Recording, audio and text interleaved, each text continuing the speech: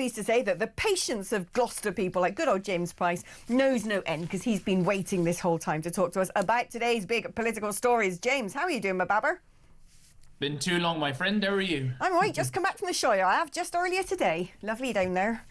Oh, it's nice. Right, now let's talk about some of this mad stuff, including this ridiculous story of a Nigerian woman who tried and failed 8 times to secure asylum in Britain, finally granted the right to stay after joining a terrorist organisation. Now, this isn't an Islamist terrorist organisation. This is separatist organisation for the indigenous people of Biafra, which is considered a terrorist organisation in Nigeria, but not prescribed over here.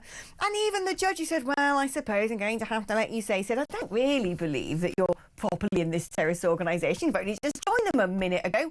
All the other claims for asylum were nothing to do with this. What is going on with judges in this country? Why are they making these calls? It's an amazing question, and I fear that the answers will only depress people even further. We've had a pretty solid week of questions like this about just completely baffling stories. You know, people may have heard earlier on in the week, and I'm not making this up, that somebody was allowed to stay because their son didn't like foreign chicken nuggets, even though this was a foreign criminal. They didn't like foreign chicken nuggets, so that they would have to therefore stay in the UK with their father, even though he was a criminal who was supposed to be deported. And now, to top it off, you've got a scenario where, as you say, a terrorist is allowed to stay, not in spite of them even being a terrorist, but because they're a terrorist.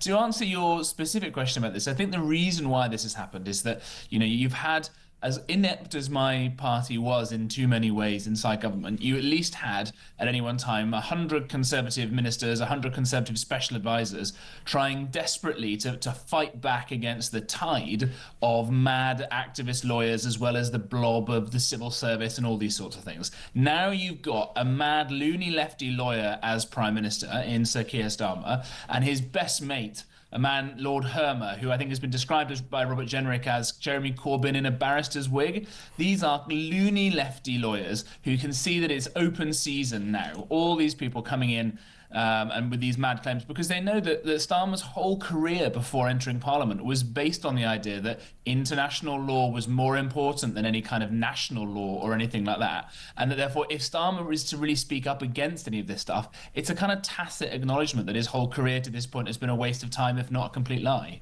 But he did say, in all fairness to him, yesterday in Parliament, when asked about another ruling by another judge about a Gazan family who wanted to come and claim asylum in the United Kingdom under the Ukrainian resettlement scheme, and this judge said, yes, you can. He did say on the floor of Parliament, I don't agree with this verdict. We're going to look into closing the legal loophole to stop this from happening. I mean, is it just a legal loophole, or is it the case that actually under Blair's plans to create Supreme Courts and ECHRs and all the rest of it, Parliament just doesn't have any sovereignty on this stuff, and actually more drastic action needs to be taken? It's an absolutely outrageous attack on the rule of law that Keir Starmer has done, isn't it? And that's what they were saying about all of those of us who cared about the people's vote to vote for Brexit a few years ago. You remember all this? Any attack on the judiciary, an attack on the rule of law, and all these lefties were getting on their high horse and doing this. And now Starmer, because he's forced by the sheer insanity and the political reality of all of this as well, to say, as you said, that some of this stuff is going just a tad bit far now. He doesn't actually probably believe that, because he thinks that international law is more important than the British Parliament and than British law and things like that. But, you know, this is the kind of complete hypocrisy we've got to.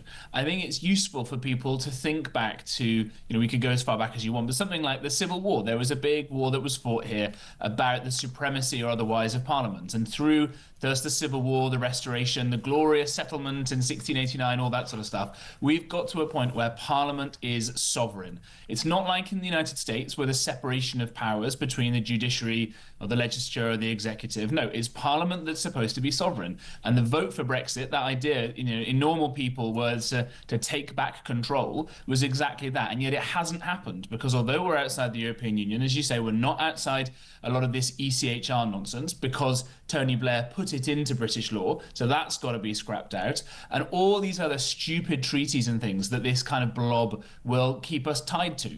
And let's be clear that all of these people, they don't give a fig for the British national interest. That means they don't give a fig about what it's like in the town that you're listening to us talking in right now. They don't care about your kids' education. They don't have to care about your healthcare or the quality of the roads or how safe the streets are or any of that stuff. All they care about is adhering to what a bunch of mad international lawyers think. And, you know, let's talk about this Chagos Island thing again, right? But that's the one that's getting people very exercised.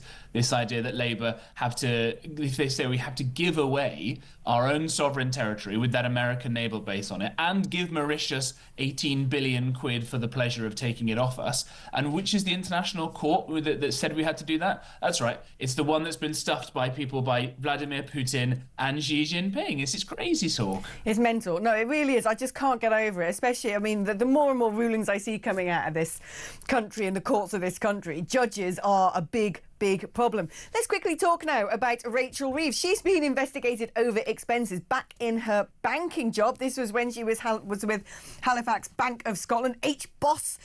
She was apparently being quite cavalier when it came to her expenses, funding a lifestyle of dinners, events, taxis and gifts. Apparently she used company expenses to buy handbags, perfume, earrings and wine. And as a result of this, she was actually investigated by internal auditors at the request of the bank's risk department. And this woman's now running the blimmin' country's economy. You can't make this stuff up.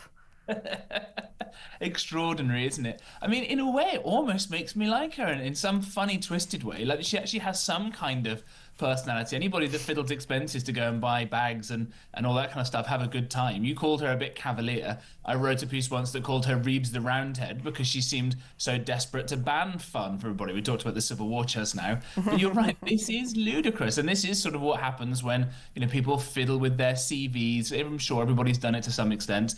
It was what she said. She worked at the Bank of England for a decade. It turns out it was 5 years. So, you know, everything she says, she can't do her maths at all on the simplest points. And lo and behold, it's being borne out by the fact that her budget a few months ago has been absolutely disastrous. And although technically the economy has avoided recession as announced today, it grew by 0.1%. The American economy has grown by hundreds of times that or something on what economists would call a per capita basis. So based on how many people are in the country, it's shrunk. So we're in a kind of personal recession, as the Taxpayers Alliance campaign group are wisely calling it. And that's probably because we've juiced the economy with huge amounts of very low-skilled migration to just about avoid this technical recession and spare Rachel Reeves from probably getting the sack any day now. But can we trust her to turn this around? It's not just the silly things about how, you know, buying, what was it, handbags and nonsense. Yeah, the mad thing is about the handbags, perfumes and the earrings. She didn't even buy them for her. She used the company's expenses to buy sucky up gifts for her boss. I mean, it's just mad. The woman's an idiot. Right now she'll be using taxpayers' money, the people who are listening at home and watching this as well. She'll be using that to try and appease Keir Starmer. Or will it be appeasing all the international lawyers, just like her boss is trying to appeal to these people? Let's not forget, there is no such thing as government money. As Mrs. Thatcher once said, there is only taxpayers' money. Maybe that's why they needed... this money's backed up the wall, it's yours. Well, exactly. Maybe this is why they needed Lord Ali so badly, to keep Reeves' hands out the till for the shopping expenses for clothes. James Price, thank you ever so much. Former government spad.